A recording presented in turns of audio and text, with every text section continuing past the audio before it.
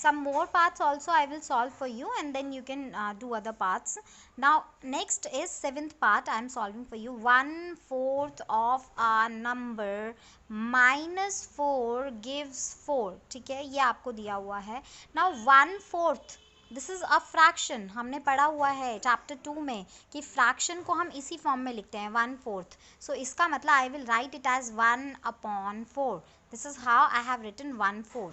Now of, जब भी किसी, ये याद रखना है, जब भी किसी फ्रैक्शन के साथ ऑफ लगा होता है it means that is multiplication. So हमने इस ऑफ को मल्टीप्लीकेशन साइन में कन्वर्ट कर दिया. Now coming to a number. अब वो नंबर कौन सा है हमें नहीं पता. ठीक है, यहाँ पे हमें कोई सिंबल भी नहीं दिया हुआ नंबर के लिए. सो इस केस में हमें खुद से उसको लेट करना पड़ेगा. So I have let number be x. ठीक है, so this is what I have done. Now अब हम क्या करेंगे, 1/4 इंटू एक्स, मैंने नंबर की जगह पे x लिख दिया. देन माइनस तो रहेगा ही. देन 4, देन गिव्स या गेट या is means is equals to sign, and then I will write this 4 here. Again I told you in previous part also कि कभी भी किसी एल्जेब्रिक इक्वेशन के अंदर आपको डिवाइड या मल्टीप्लिकेशन का साइन नहीं दिखेगा. तो आपको ये मल्टीप्लिकेशन साइन हटाना है. आप कैसे हटाएंगे, इन दोनों को मल्टीप्लाई करके. मल्टीप्लाई कैसे किया जाता है, अगर देखो तो 1/4 एक फ्रैक्शन है, और फ्रैक्शन को किसी भी नंबर से कैसे मल्टीप्लाई करते हैं, आई हैव डन इट हेयर. जब भी कोई नंबर है उसके डिनोमिनेटर में हम 1 पुट कर देते हैं एंड मल्टीप्लाई करते हैं डिनोमिनेटर को डिनोमिनेटर से. It means 1 into x, it will be x only, and 4 ones are 4, so my answer will be x upon 4. So I have written it as x upon 4. Now minus, then 4, then equal, then 4. ठीक है, तो ये मेरी final equation बन गई है. So now what you will do, pause the video hair and do question number 4, 5th part and 6th part both. Let's solve one more part, that is 9th part. यहाँ पे आपको क्या करना है, add 3 to 1/3 of z, get 30. ठीक है, तो अब यहाँ पे इसका मतलब क्या है, आपको ऐड करना है 3 को टू 1/3. अब ये 1/3 जो है this is simple a fraction. अब मैंने क्या किया, अगर नोटिस करो तो 3 को मैंने बाद में ऐड किया है, पहले मैंने 1/3 ऑफ z लिख दिया. ठीक है, 1/3 ऑफ z, फिर से 1/3 एक फ्रैक्शन है 1/3. तो जब भी किसी फ्रैक्शन के साथ ऑफ लगता है it means there is multiplication sign. किसका ऑफ है, z, तो मल्टीप्लिकेशन करेंगे z के साथ. एंड ये जो ऐड 3 मैंने पहले लिखा था इसको मैं बाद में लिखूंगी. क्यों ऐसा करते हैं, इट इज़ जस्ट लाइक मैं अगर आपको बोलूँ ऐड शुगर टू वाटर, तो आप क्या करोगे, सबसे पहले आप वाटर पोर करोगे, शुगर को आप बाद में पोर करोगे, है ना. सिमिलरली अगर मुझे 3 को ऐड करना है तो मैं 3 को बाद में लिखूंगी. So that's why I have written here +3 letter. सबसे पहले मैंने बाद वाला चीज़ लिखी है, दैट इज़ 1/3 ऑफ z, उसको मैंने पहले लिखा, देन 3 को मैंने ऐड कर दिया. ऐड मीन्स प्लस का साइन होगा. Get, we get, will be, shall be, is और आई थिंक गिव्स, इस तरीके के वर्ड्स जो हैं that means you will put an equal to sign then 30. ठीक है, अब फिर से वही सेम चीज़ है, फ्रैक्शन को z के साथ मल्टीप्लाई करना है, क्योंकि किसी भी इक्वेशन में आपको मल्टीप्लिकेशन साइन नहीं दिखेगा. तो वो कैसे करोगे आप, फिर से वही सेम चीज़, z के डिनोमिनेटर में 1 पुट करोगे, देन न्यूमरेटर को मल्टीप्लाई करोगे एंड डिनोमिनेटर्स को मल्टीप्लाई करोगे. You will get z upon 3. ठीक है, तो my answer will be z upon 3 plus 3 is equals to 30. So this is how you will write the equation. Now pause the video here and do question number 4, 8th part. Now we will come to question number 5. Write the following equations in statement form. आपको ये इस बार जो है opposite करना है. यहाँ पे आपको स्टेटमेंट गिवन थी, आपको इक्वेशंस लिखनी थी. Now in this question you have to write the statements and the equation is already given to you.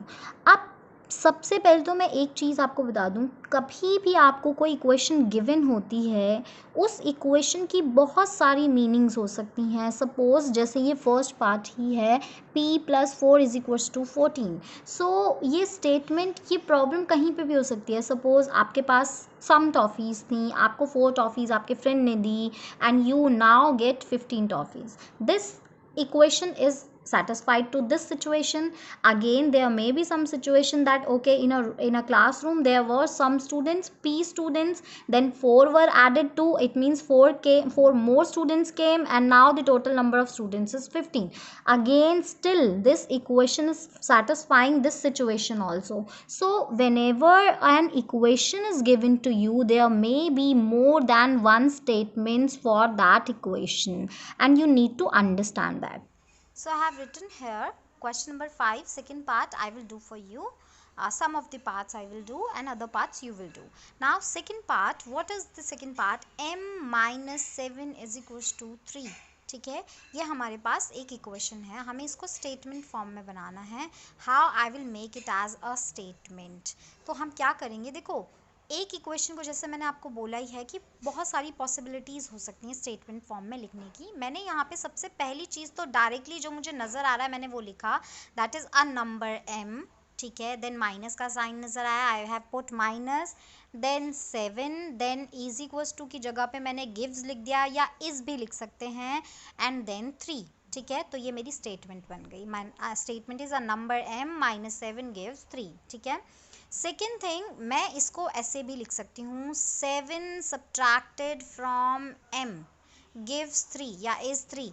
यहाँ पे इसका क्या मतलब हुआ, सेम जैसे मैंने ऐड का बोला कि ऐड 3 to 4, इसका मतलब है कि मैं 4 पहले लिखूंगी और 3 को बाद में ऐड करूंगी. सिमिलरली सब्ट्रैक्टेड में भी यही होता है, अगर इक्वेशन के अंदर 7 बाद में लिखा है तो स्टेटमेंट के अंदर उस 7 को पहले लिखा जाएगा. So how I will right 7 subtracted from, ये माइनस का जो ऑपरेशन होता है this is called subtraction. So I will right 7 subtracted from m से 7 को मैंने सब्ट्रैक्ट किया, इट गिव्स 3 ओनली. ठीक है, तो अब क्या है, ये मेरी दूसरी पॉसिबिलिटी है एक ही इक्वेशन को स्टेटमेंट फॉर्म में लिखने की. इसका मतलब ये है कि मैं किसी भी इक्वेशन को वन ऑफ द या मोर देन वन पॉसिबिलिटीज़ हो सकती हैं स्टेटमेंट फॉर्म में लिखने की. लेकिन यहाँ पे एक जो मेन इंपॉर्टेंट चीज़ है वो ये है कि एग्ज़ाम में आपको सिर्फ एक ही स्टेटमेंट आस्क होगी, मतलब पूछी जाएगी लिखने के लिए. But because you are in learning phase, so you have to write all the possibilities of the statements which you think can be formed from this equation. So I thought there may be two possibilities, you may be find some other possibility also to write in statement form, but that should be correct. ठीक है, वो satisfy होना चाहिए उसके साथ. अब आते हैं हम, आपको पॉज करनी है video. Now do question number 5 first part. Coming to the fourth part में इक्वेशन थी m/5 = 3. अब देखो m/5 जो है वो दो तरीके से हो सकता है. एक तो जैसे मैंने आपको बोला कि b/5 था तो मैंने उसको b/5 लिखा. सिमिलरली यहाँ पे भी हम क्या कर सकते हैं, अ नंबर m/5.